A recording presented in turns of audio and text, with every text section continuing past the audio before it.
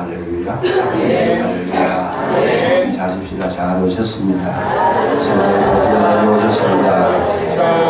예고의 은혜 자리에 오셨습니다. 주님께서 여러분을 우리의 심령을 지켜주시고 우리와 함께 하신 줄로 믿으시기 바랍니다. 지난주에 이어서 우리가 하나님을 알자 하는 제목을 가지고 두 번째 시간 은혜 나누기를 원합니다. 아는 것이 참 중요합니다. 공부를 잘하는 비결은 선생님의 마음을 알 때 선생님께서 뭘 가르쳐 주시려고 하시는가 그 의도를 알 때에 그 하시는 공부를 잘할 수가 있습니다. 사랑받으려고 하면 사랑받는 아내가 되는 첫째 비결이 뭐냐, 남편의 마음을 알아주면, 반대로 남편이 존경을 받으려고 하면 아내의 마음을 알아주면 간단하게 그 문제가 해결되고 존경과 사랑을 받을 수 있습니다. 자녀도 마찬가지지요. 아버지나 어머니의 마음이 어디 있는가 그것만 파악하면 자녀로서 부모에게 참 좋은 사랑을 받고 잘 성장하게 됩니다. 그래서 우리 성도로서 신앙생활 잘하는 비결이 뭐냐? 하나님의 마음을 잘 살펴서 우리 마음 가운데에 지혜롭게 잘 간직하고 이해하시면 성도로서 가장 복된 은혜의 주인공이 될 줄로 믿습니다. 그래서 성도는 하나님 마음 잘 알라. 목사가 어떤 목사가 중요한가? 성도의 마음을 알고, 성도는 누가 가장 사랑받는가? 목사의 마음을 아는 자가 사랑받습니다. 굉장히 간단한 원리인데, 근데 알기는 쉽지만 실천하기는 어려운 것이 이 세상의 모든 일상입니다. 그러나 오늘 본문을 통해서 우리가 이제 두 가지 짚어보려고 하는데, 오늘 본문의 내용을 우리가 방금 읽었듯이 예수님께서 사랑하는 제자들을 부르시는 장면, 또 만나는 장면이 기록되어 있습니다. 원래 안드레나 여기 보면 또 요한이나 이런 인물들이 누구냐 하면 세례 요한의 제자였습니다. 세례 요한의 제자였는데 그 서성제시는 세례 요한이 예수님을 보고 보라 하나님의 어린 양이로다. 그러니까 그 소리를 듣자마자 이 안드레라고 하는 인물과 이 요한이라고 하는 인물, 여기 보면 두 제자라고 나오는데 이 두 제자가 누구냐? 안드레하고 사도 요한이었습니다. 이 안드레와 사도 요한이 예수님을 찾아갑니다. 예수님을 찾아가게 되니까 예수님께서 두 사람이 찾아왔을 때에 질문을 합니다. 이 질문하는 내용이 오늘 보면 뭐라고 하는가 하면 38절 중간에 보시면 그 따르는 것을 보시고 물어 이르시되 무엇을 구하느냐? 예수님을 찾아가니까 예수님이 이제 음성만 들리는데 예수님 무엇을 구하느냐 이렇게 질문하니까 이 안드레하고 요한이 그 대답은 하지 않습니다. 무엇을 구하느냐? 거기에 질문에 대한 대답은 하지 않고 그 뒤에 따르는 대답이 뭡니까? 라삐요. 라삐는 선생이라는 말이죠. 선생님 어디 계십니까? 이렇게 질문했습니다. 이렇게 질문하게 됐는데 그래서 예수께서 오라 그러니까 오라 그럽니다. 그래서 이 질문하고 대답하는 것과 예수님이 또 그들을 오라 하신 것에는 굉장히 우리가 좀 이해하기가 어려운 난해한 부분이 있습니다. 예수님께서 너희들이 왔을 때 나한테 뭘 구하기 위해서 왔느냐 질문했는데 제자들은 동문서답을 하고 있어요. 예수님 어디 계십니까? 지금. 그러는데 또 예수님도 신기하게도 대답하시기를 뭐라고 하시는가 하면 그냥 와서 보라. 이 주고받는 대화 속에서 정말 이해하기 어려운 어떤 흐름이 지금 흐르고 있다는 얘기지요. 무엇을 구하느냐 했을 때에 제자들이 대답하지 않고 어디 계십니까? 하고 물었던 이유가 뭐냐 하면 우리는 예수님 앞에 이런 겁니다. 우리는 예수님 앞에 무엇을 구하기 위해서 온 것이 아닙니다. 무엇을 먹기 위해서 온 것도 아닙니다. 다만 예수님 어디 계십니까? 예수님하고 함께 있고 싶습니다. 이런 내용이에요. 그러니까 이 질문을 잘못 이해하면 굉장히 이상한 이런 대화가 되지만은 정말 그 흐름을 딱 이렇게 정확하게 읽어내면 굉장히 간단한 거죠. 예수님과 함께 있고 싶습니다. 뭐 예수님 앞에 뭐 얻어내려고 하는 거, 구하려고 하는 거 이런 거 없습니다.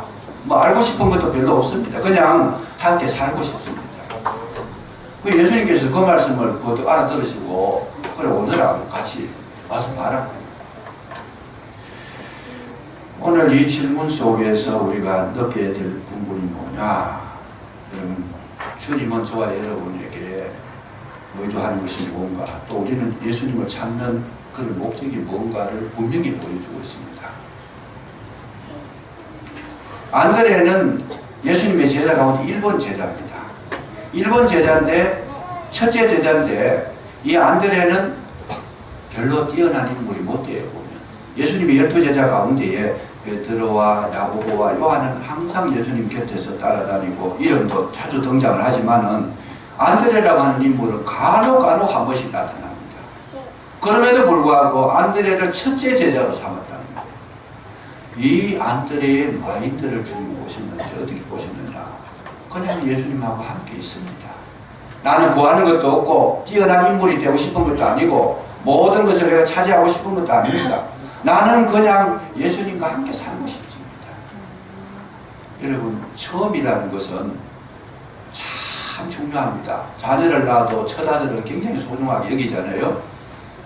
이 처음이라는 거 굉장히 중요한데 이 처음에 최고 중요한 자리에 안드레가 합격을 했다는 거죠. 왜? 구하는 게 아니고 주님이 함께 있고 싶습니다.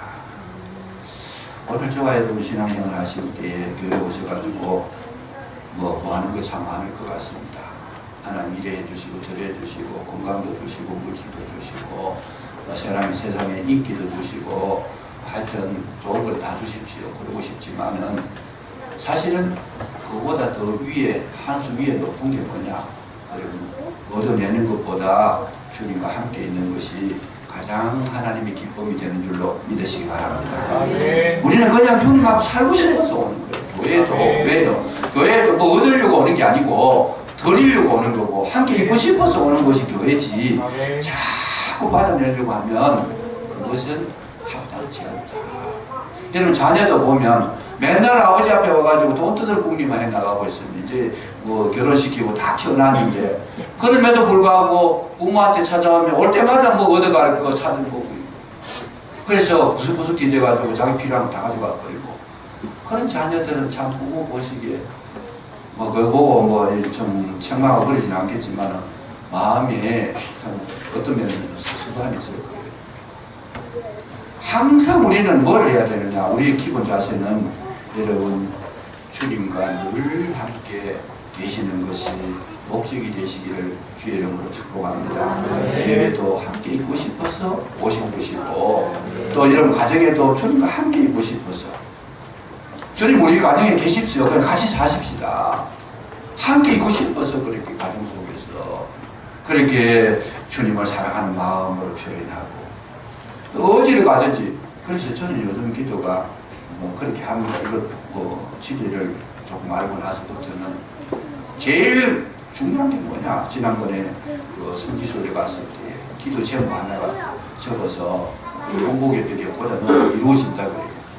그래서 제가 적은 게 참 많지요. 적을 제목이 참 많은데 딱 한 가지만 적었어요. 뭐 적었어요? 주님과 함께 있기를 원합니다. 요거는 딱 적어가지고 통곡의 벽에다 꽂아놓고 왔습니다. 정말 우리에게 있어서 중요한 것은 뭐냐? 주님 외에 이 세상에 주님보다 더 소중한 것은 없는 줄로 믿으시기 바랍니다. 주님 계시는 최고답니다. 그래서 이 마음을 가지고 있던 이 안드레는 정말 하나님 보시기에 주님 보시기에 가장 아름다운 신성을 소유합니다. 그래서 이 안드레를 보면 굉장히 우리가 본받을 점이 많습니다. 왜 본받을 점이 많으냐? 세례 요한을 따라다니다가 예수님이 하나님의 어린 양이다 말을 딱 듣고 나서 딱 보고 난 뒤에 뭐라고 해요? 바로 따라갑니다.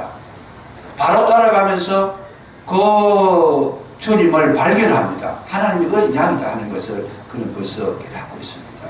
굉장히 이 통찰력이 빨라요.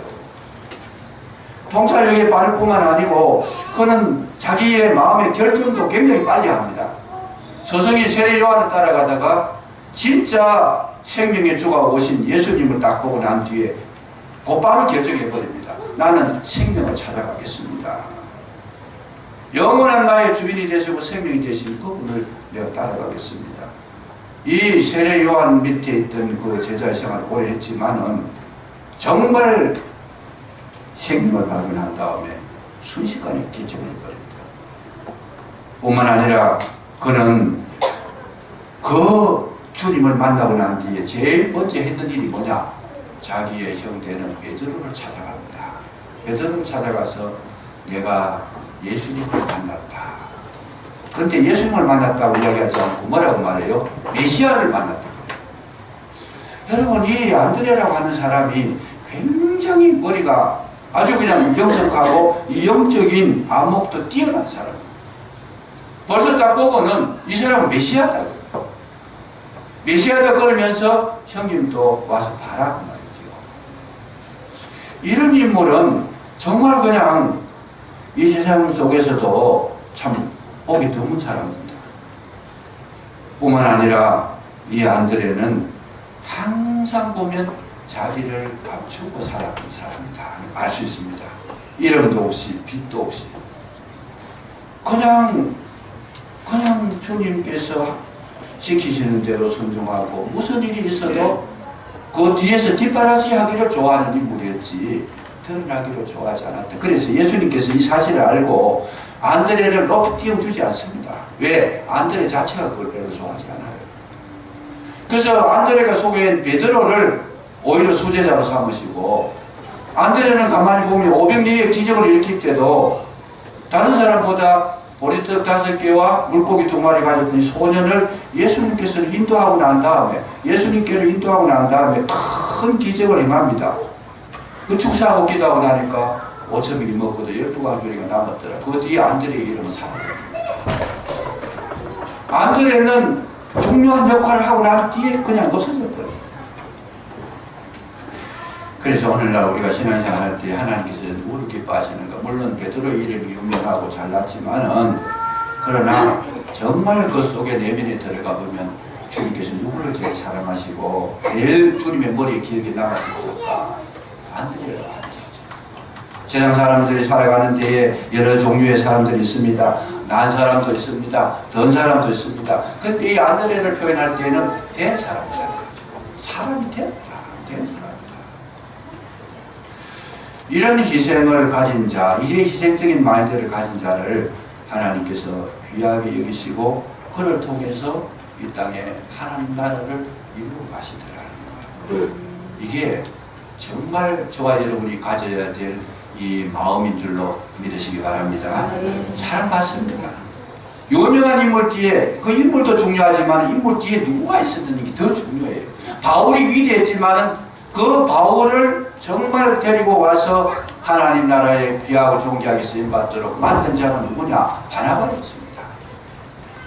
바나바가 가장 소중하게 쓰임받았던 그런 인물 중 하나였고 결국은 나중에 보면 바울은 뛰어나게 이름이 나타나고 두각을 나타내서 뛰어난 이름을 얻지만은 바나바는 점점 사라집니다. 처음에는 바나바와 바울 이렇게 이야기하다가 나중에는 바울과 바나바 그러다가 나중에는 바나바는 없어지고 바울이 났습니다. 그냥 바나바는 자기에게 주어진 소임을 다 감당하고 난 다음에는 사라집니다. 이 진정한 기독교 정신의 이 엑기스를 소유한 자가 누구냐? 바로 이 안드레요 바나바 같은 인물이었다. 우리나라에 보면 한글을 만들었던 세종대왕이 된 것은 누구 때문인가? 형님, 세종대왕은 원래 셋째잖아요. 중령대군. 셋째인데 제일 첫째가 양녕대군입니다. 양녕대군인데 이 양녕대군이 동생을 밑에 세 번째 동생 이 중령대군을 보니까 너무 뛰어나고 그 인품이 좋고 왕으로서 합당하니까 이 양녕대군이 자기가 그 자리를 비켜줍니다. 뭐라고 하는가 하면 그냥 술을 먹고 마시고 허랑방탕하고 정신없는 사람처럼 행설수설하고 일부러 그랬어, 일부러. 그래서 왕의 마음에, 아버지의 마음에 들지 않도록 자기가 일부러 눈 밖에 놔두고 자꾸 그냥 엉뚱한 행동을 하고 그러니까 아버지가 생각해 볼 때, 왕이 생각해 볼 때, 제 양년 저건 안 되겠다. 저건 해봐야 나를 망치겠다. 그래서 마음을 접었는데, 이제 둘째가 효령이 있잖아요. 효령 대군이 이건 지금 둘째를 시켜야 되겠는데, 이 둘째도 마음이 뭔가 하면, 자기가 생각해도 자기 동생이 더 똑똑해, 훌륭해요. 그러니까 딱 보고는, 내가 왕이 되면 이 동생이 빛을 드러내지 못하게 되니까, 이 효령이 어디로 갑니까? 절에 들어갔거든요. 나는 이거 못합니다. 그래서 절에 들어가가지고 선임이 돼버려요. 선임이 돼버리니까 임금이 생각해볼때 다구에 다 가버리고 없으니까 남은 건 누구냐? 이 충정밖에 없다. 그래서 세종대왕을 세웠는데 이 세종대왕이 한글을 만들게 되고 우리나라에 지금 서울에 지난번에 가보니까 한글 박물관에 가보니까 한글을 만드는 그 배경이 쫙 나와 있는데 정말 과학적이고 기가 막혀요. 세계 어느 가운데에 우리 한글만큼 잘 된 나라가 없다는 거죠. 이 위대한 언어를 탄생케 했는 것이 위에 양녕 효령 대군이 양보했다, 희생했다. 오늘 우리 기독교 정신에도 이런 마인드를 가진 자가 있을 때에 교회가 부흥하게 되고 하나님의 나라가 승리하게 되고 정말 하나님의 영광이 드러나게 될 줄로 믿으시기 바랍니다. 이것이 정말 중요합니다. 그래서 여러분 우리 보통 보면 안드레라는 인물 참 시원찮게 보죠. 없으니까, 별로 없으니까. 그러나 주님의 눈으로 보시면 안드레를 첫 제자로 삼으셨고 가장 소중하게 여기시는 줄로 믿으시기 바랍니다. 이 중요하다는 것이고, 그리고 두 번째 우리가 오늘 이 본문을 통해서 볼 수 있는 건 뭐냐, 이 안드레가 형 되는 베드로를 모시고 오니까 여러분 42절을 한번 보세요.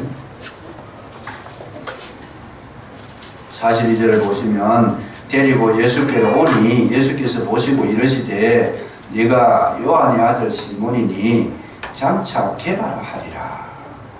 번역하면 베드로라. 베드로는 페트라, 그래서 반석을 말하는 겁니다. 반석. 베드로를 보시지만 예수님께서 이름을 바꿔줍니다. 너는 장차 베드로라 하리라. 반석이라 하리라.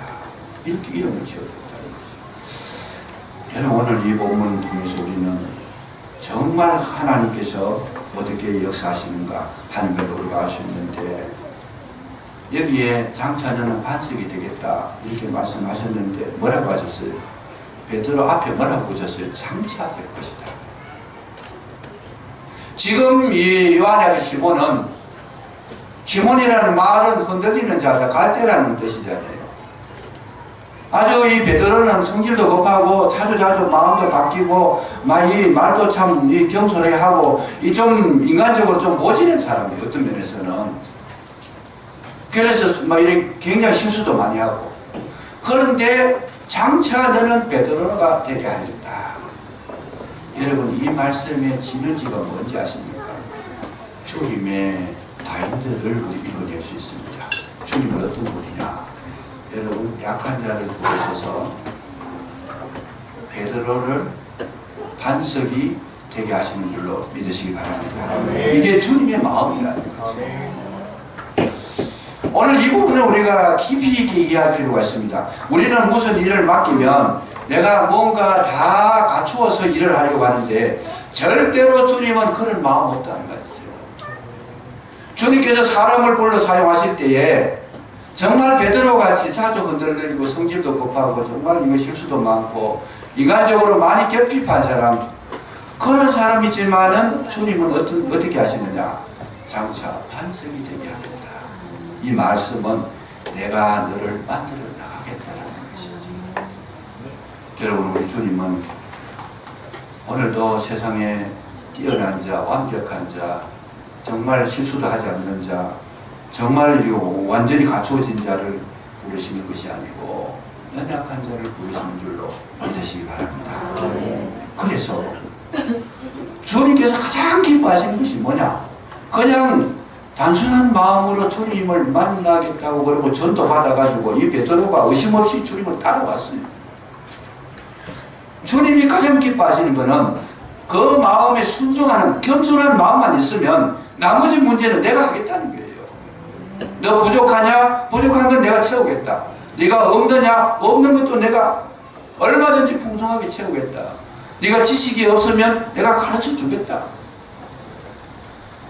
주님의 마음은 모든 것이 그렇게 우리에게 다가오고 계시더라고요. 이거를 우리가 분명히 발견할 수 있어야 됩니다.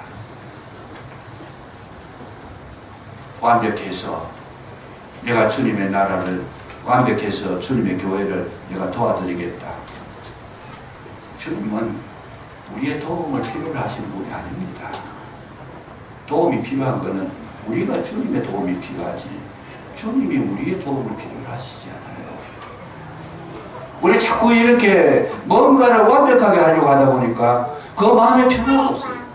그 마음에 기쁨이 없어요. 그 마음 속에 늘 불안하고 쫓기고 강박관념에 그냥 짓눌려서 살아.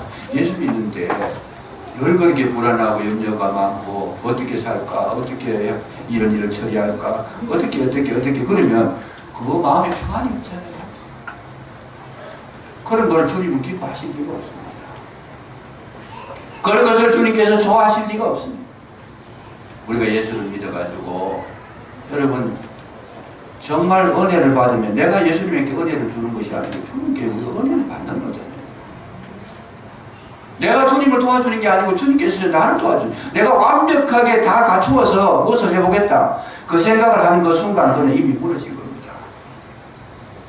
우리는 완벽할 수도 없고, 그래서 이제 유대인이나 바리새인들이 했던 실수가 뭐냐? 저들은 철저하게 율법을 지키려고 생각했습니다. 철저하게 율법을 지켜서 하나님 나라를 이루고 저들이 정말 그냥 의인이 되고 복된 자가 된 여기에 관심을 가졌지만은 주님 앞에 받은 것은 책망밖에 없습니다. 주일날 안식일날 양이 구덩이에 빠졌는데도 그거 안 거전해. 왜? 거전에는 일이라는 거죠. 불을 써놨는데도 밤이 돼도 안 꺼요. 꺼는 것도 일이고 켜는 것도 일이에요. 스위치 내렸으면 그대로 놔. 요즘같이 더운 날 스위치를 내려놨으면 안식이 들어가면 못 키는 거예요. 키면 일이 돼요. 그래서 예수님의 제자들이 미리상을 훑어먹으니까 안식일을 범했다. 제목이 그거 가지고 그냥 이 사람들의 마음이 뭐예요? 완벽주의였어요. 오늘 저와 여러분이 예수를 믿을 때에 너무 이렇게 정말 내가 실수도 없고 나는 부족한 것도 없고 내가 완전하게 그렇게 채워져서 주의 일 하리라. 그래서 직분도 안 맡으려고 그러고 뭘 시키면 아직 내가 못하겠다 그러고 이게 전부 완벽주의였어요. 주님은 어떠냐? 내 있는 내 모습이대로 주님께 드리면 주님은 나를 만드시면서 나와 함께 하시면서 나에게 세계를 열어가시고 나를 완성시키시는 주님이신 줄로 믿으시기 바랍니다. 네. 주님이 부르신 자들 가운데 완벽한 일은 거의 없습니다. 아브라함 믿음의 조상이 될 때까지 하나님께서 아브라함을 부르셨지만 아브라함 실수투성이에요. 문제투성이에요. 가나안에 들어가는데 기근이 드니까 애굽으로 내려갔어요. 애굽에 내려가니까 바로 왕이 저 누구냐? 그 여인이 누구냐? 자기 아내인데 누구나 거짓말해요. 하나님께서 약속하신 아들이 지금 나오지 않으니까 하가를 얻어가지고 둘째 여인을 삼아가지고 이스마엘. 이 실수들이 그때 실수한 것이 지금까지 세계적인 영향을 끼치고 있지 않습니까? 어쨌든 간에 이 실수투성이를 하나님께서 부르셔가지고 계속 작업을 하십니다. 어떻게? 우리의 조상이 될 때까지 주님께서 만드시고 세우시고 키워주신 줄로 믿으시기 바랍니다. 이걸로 원하시는 거예요. 더 잘하는 걸 원하시는 게 아니다. 완벽한 걸 원하시는 게 아니다. 최고를 원하시는 것이 아니다. 단지 주님이 원하시는 것은 너에 있는 그 모습 그대로 그냥 솔직하게 나오는 솔직하게 없으면 없는 대로 못났으면 못난 대로 못 배웠으면 못 배운 대로 가난하면 가난한 대로 그 모습 그대로 오라. 오면 내가 만들어 주겠다는 거죠. 병들었으느냐? 병들면 그대로 오라는 거예요. 그대로. 내가 낫게 해주겠다. 이 은혜를 여러분 깨달으시기를 주의 이름으로 축복합니다. 야곱이라고 하는 인물 문제투성이잖아요. 아이 형한테 속이고 아버지를 속이고 그렇게 해서 거짓말해가 도망가는 거잖아. 문제투성이잖아요. 그러나 야곱을 만들어서 나중에는 바로의 머리에 손을 던져서 안수할 정도로 영적으로 대단한 위치까지 올려주시고 누가? 하나님이 하신 줄로 믿으시기 바랍니다. 그래서 우리가 해야 할 일은 순종밖에 없어요. 그냥 주님 부르시면 겸손한 마음으로 아멘하고 따라가는 것밖에 없습니다. 나머지는 뭐래요? 주님께서 만들어주시고 주님께서 채워주시고 에벤 에셀의 하나님이신 줄로 믿으시기 바랍니다. 그야말로 이스라엘 백성이 홍해를 건넜습니다. 홍해를 건넜는데 이 홍해를 건널 때에 이스라엘 백성에게 홍해를 갈라서 육지가 되도록 길이 나도록 해서 건너게 하셨어요. 누구에게 이 놀라운 은혜를 베풀어 주셨어요?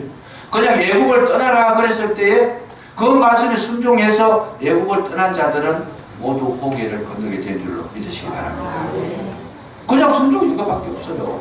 요단강을 건널 때도 마찬가지예요. 건너라. 법궤를 메고 제사장이 먼저 건너라. 그냥 순종인 것밖에 없어요. 그냥 제사장이 발을 들여놓으니까 요단강의 물이 바뀌었다는 겁니다. 바뀌었습니다. 오늘 저와 여러분의 능력은 어디에 있는가? 여러분 우리 위대한 게 아니고 다만 순종에 있는 것인 줄로 믿으시기 바랍니다. 교회를 개척하는데 건물 다 지어놓고 사람 다 채워가지고 그냥 저는 그렇게 생각해요. 교회 개척하는 게 모든 거 다 준비해가지고 성도까지 어떻게 마련했든지 간에 한 100명 이상 50명 이상 다 채워가지고 처음부터 완벽하게 출발하는 거 그게 아니다고 말이죠. 저는 그거를 목회하면서 느낀 게 뭐냐, 하나씩 채워주시고 개척하면서 부족한 거 기도하면 또 채워주시고 또 힘들 때 힘들다 그러면 또 힘드는 부분도 해결해 주시고 또 문제가 생겼을 때 문제 있습니다 그러면 주님께서 문제를 처리해 주시고 전부 다가 보면 하나씩 우리는 내 식구가 처음 개척했는데 하나에서 10가지 우리가 한 것은 하나도 없습니다. 오직 주님 앞에 나가서 기도하고 도움을 청한 것밖에 없었더라. 그 도움을 청하는 것을 하나님은 기뻐하시는 줄로 믿으시기 바랍니다. 내가 잘한다 그러면서 내 힘 나오기 시작하면 하나님께서 손대거든요. 내가 가장 부족한 것이 뭔가, 현재 여러분이 부족한 것이 뭔가를 발견하시고 그 부족 가지고 나오라는 거예요. 그 연약한 거 가지고 나오라는 거예요. 그러면 진실로 주의 이름을 부르고 주님을 찾으면 그 부족을 누가 채우느냐? 주님이 채우시는 줄로 믿으시기 바랍니다. 이 믿음 가지시라는 거예요. 이게 아버지 뜻이라는 것이고 하나님이 기뻐하십니다는 거죠. 정말 중요합니다. 우리가 살아가는 데에 신앙생활이라는 뭐냐? 신앙생활은 무엇을 완벽하게 이루는 것이 아니고 주님을 만난 사람들이 은혜로 자기의 삶을 채워나가는 그 과정을 신앙생활이라고 해요. 이게 신앙생활입니다. 내 부끄러운 거, 내 연약한 거, 내 모자라는 거 이런 것을 가지고 주님 앞에 나와서 드리고 주님의 도움을 받고 그리고 그 친교의 시간을 가지고 또 베풀어진 은혜에 감사하고 감격하고 눈물 흘리고 이런 과정, 이게 신앙생활이에요. 그래서 우리 잘못 생각해가지고 막 대단한 그런 어떤 일을 하면 하나님 기뻐하실 거다. 천만의 말씀. 그게 아니다는 거지. 주님께서 위대한 일을 하시면 위대한 한 일도 주님이 하신 거니까 그저 우리는 감사할 것 같아요. 주님께서 내게 좋은 거 주시면 그 좋은 거 주시는 거 내 거 아니니까 감사하고 함께 나누는 마음, 이것이 축복인 줄로 믿으시기 바랍니다. 내다 그러고 내 것이다 그러고 내가 최고다고 했을 때 그 순간부터 입이 무너질 겁니다. 내가 아니면 되는가 봐라. 입이 무너진 사람. 우리는 항상 불편하고 그냥 정말 그냥 베드로와 같이 뭐 공부도 못했고 성질도 별로 좋지 않고 뭐 배운 것도 뭐 가진 것도 별로 없고 그렇지만 그냥 닮았어요. 주님은 오늘도 저와 여러분을 만들어 가실 줄 믿으시기 바랍니다. 기도하겠습니다. 감사합니다. 늘 우리를 사랑해 주셨고 늘 말씀 가운데 함께 해주셨고 우리를 인도하심으로 말미암아 날마다 세워주시는 그 은혜 생각할 때에 진심으로 감사를 드립니다. 내 모습 이대로 주께 나아가서 진정으로 하나님의 은혜를 우리가 경험하게 하시고 감격하게 하시고 예수님을 만나는 거룩한 시간 오늘 이 시간 허락해 주셔서 우리 마음속에 한량없는 기쁨이 넘치도록 도와주시옵소서. 성령께서 함께 하실 줄로 믿사옵고 그리스도 예수 이름으로 감사 기도드리옵나이다. 아멘. 뜻을 행하시면서 찬송과